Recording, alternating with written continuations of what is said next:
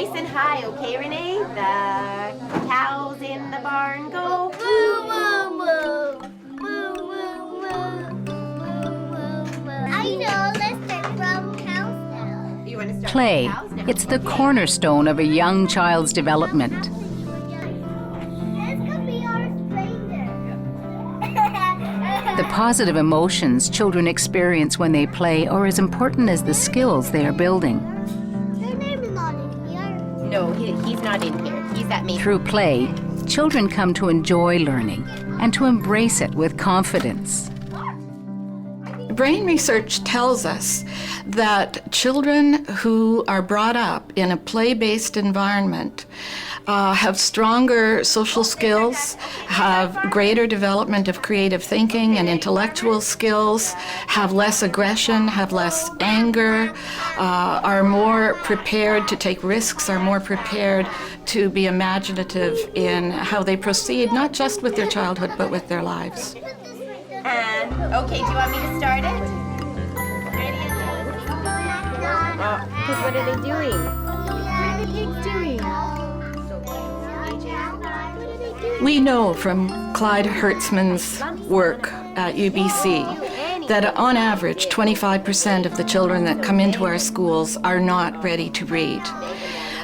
This is in large part because children come to school with widely varying experiences with books, with the ability to write, to paint. And kindergarten is a time where we want to, as I call it, level that experience field. I say good morning to the sun. Good morning. Language and literacy development in young children provides them with a strong basis for successful learning throughout their lifetimes. And oral language is the foundation on which literacy is built. Through play, teachers can foster children's awareness of the sounds and structures of language. So during the time when the children start to settle, certainly some children are still signing in and coming in a little bit later. Other children are putting their backpacks away and getting themselves organized in the coat room. We may start to sing songs as small groups start to form around books that are known to them, and I start to read with children. So that time can look quite chaotic, and there's lots going on. I call it noisy reading just because the children are noisy when they're reading. With them, it's all about the oral language experience. So with our kindergarten children, they need that opportunity to vocalize and to talk through the pictures and to share the information with each other about that. Thank you, Erica. Once we've settled in and we've read our stories, then what I often do is I use that time as a little bit of an explicit investigation into our literacy and into the kindergarten literacy program. So that's an opportunity for me to have the whole group be able to spend some time focusing on some of the things that are in our kindergarten curriculum related to our oral language and our literacy development. And let's have a look at our magic box. We have a T and an E at the very end. There's a missing letter in the middle. From September until now, which, you know, we're nearing the end of our year in kindergarten, that also looks very different. We have much less words. We have much easier words in that. There's not as many sentences, and there might not be any of our letters missing. And so, again, that's a real gradual process for children to work through that process of the secret message. And again, through observing your children and through knowing their capabilities and where they're at, you can modify that to meet their individual needs.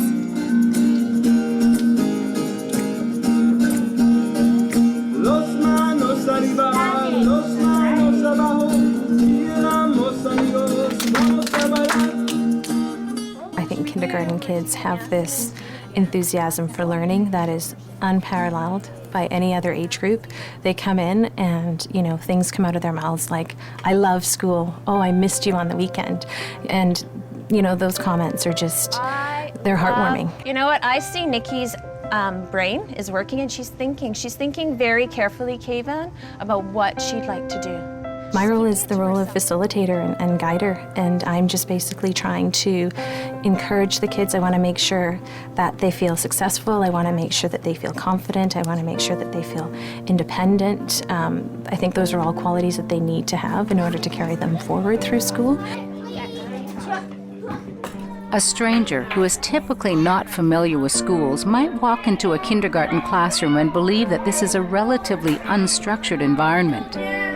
In fact, the very best kindergartens have a high degree of structure behind them, even though they may appear not to be structured. This is the most critical role that the teacher plays. Is that true? We're going to talk about that. You guys are going to help me. Come up here. You're going to help me. The carefully planned kindergarten teacher at the beginning of the day is very intentional about how the day is going to unfold. When you write a letter, you need an envelope to put your letter in. He or she will you have write a carpet letter, times planned where large concepts will be introduced to children, where they will practice skills, where learning centers will be introduced that are When you being write added a to the letter, room. Eric, you need to know the address of the person you're sending it to. The timer is up. If you would like to choose a different center, you do need to clean up. Center time for children is the busiest time of day for the teacher. She has multiple roles that she must accomplish during center time. She may take her clipboard and move from center to center and observe several different children and how they're working on that particular day. If she's had skills that she's asked them to focus on or work she's been doing with them. So if you want to write to Aryan, you can start by saying to Aryan. You can use the word She may be stopping at different centers and asking questions and probing to encourage children to take a new step, a different step in their learning project. I did 6. High five me. And you got them all. She might stay at one center and begin the development of a project with a group of children who are particularly interested in something special. She has multiple roles. Start with a T, but this one's actually a lion. In the hands of a skilled teacher, play is a rich laboratory that can be used to teach multiple concepts.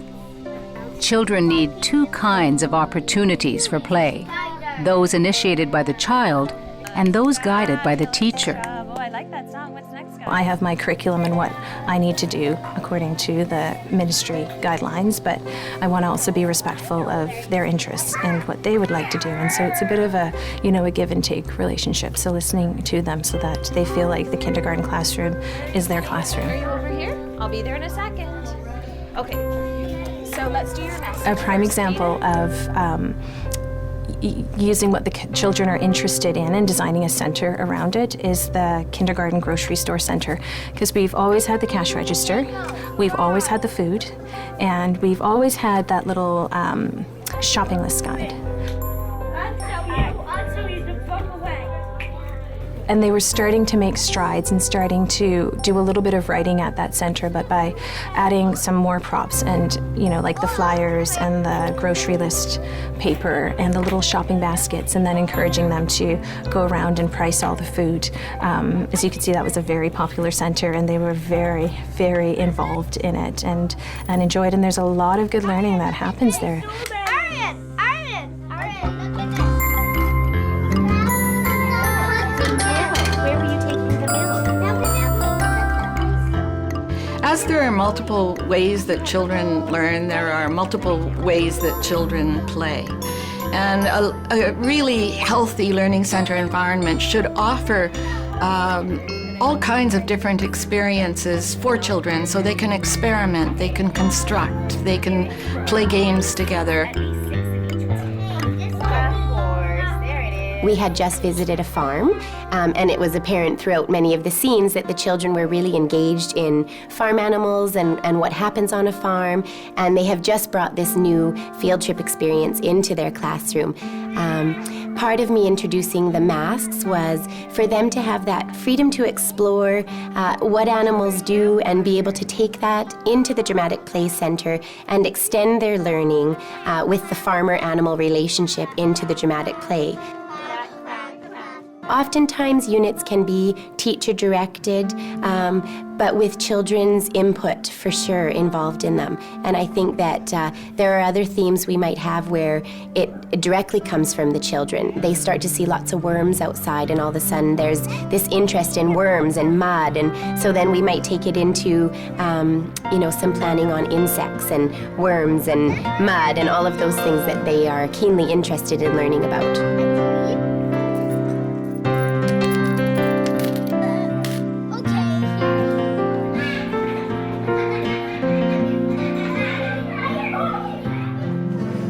When Erica was building her little farm in the Play-Doh corner, and she was building a fence, and she was keeping her fence quite horizontal. So we talked about, well, what could we do to keep the animals in, and how could they feel safe? How could we build it up so that they weren't able to jump over it? And so eventually she did switch and put the sticks into a vertical position, so she was able to have it higher than the animals that were fenced in. Stop it, Maggie! Joseph and Bruno, go!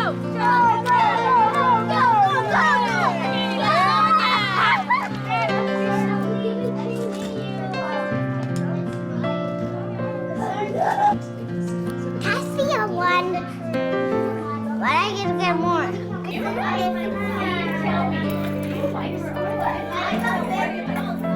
In the block play, the two children were really actively engaged with each other, and I think they were using a lot of their prior knowledge about our farm field trip to how to use those vehicles and what types of things they might have put in the vehicles and where those might be carried from farm to grocery store, back to grocery store to farm.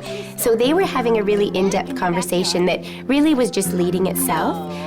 Where do you go to get your milk? In the farm. Research shows that teachers can have enormous influence on children's learning. Through a combination of educator-guided and child-directed activities, teachers help children extend what they're doing and to make meaning of their world. That one has hair too? Oh, it does. We need to find out more about that. I wonder where we... What I love best about kindergarten is that the children come in with smiles on their faces and this freshness to the school system. And it's through that slow, gentle guidance of the teacher that we can really help children unfold and meet their fullest potential in the school systems. And this is where it all starts.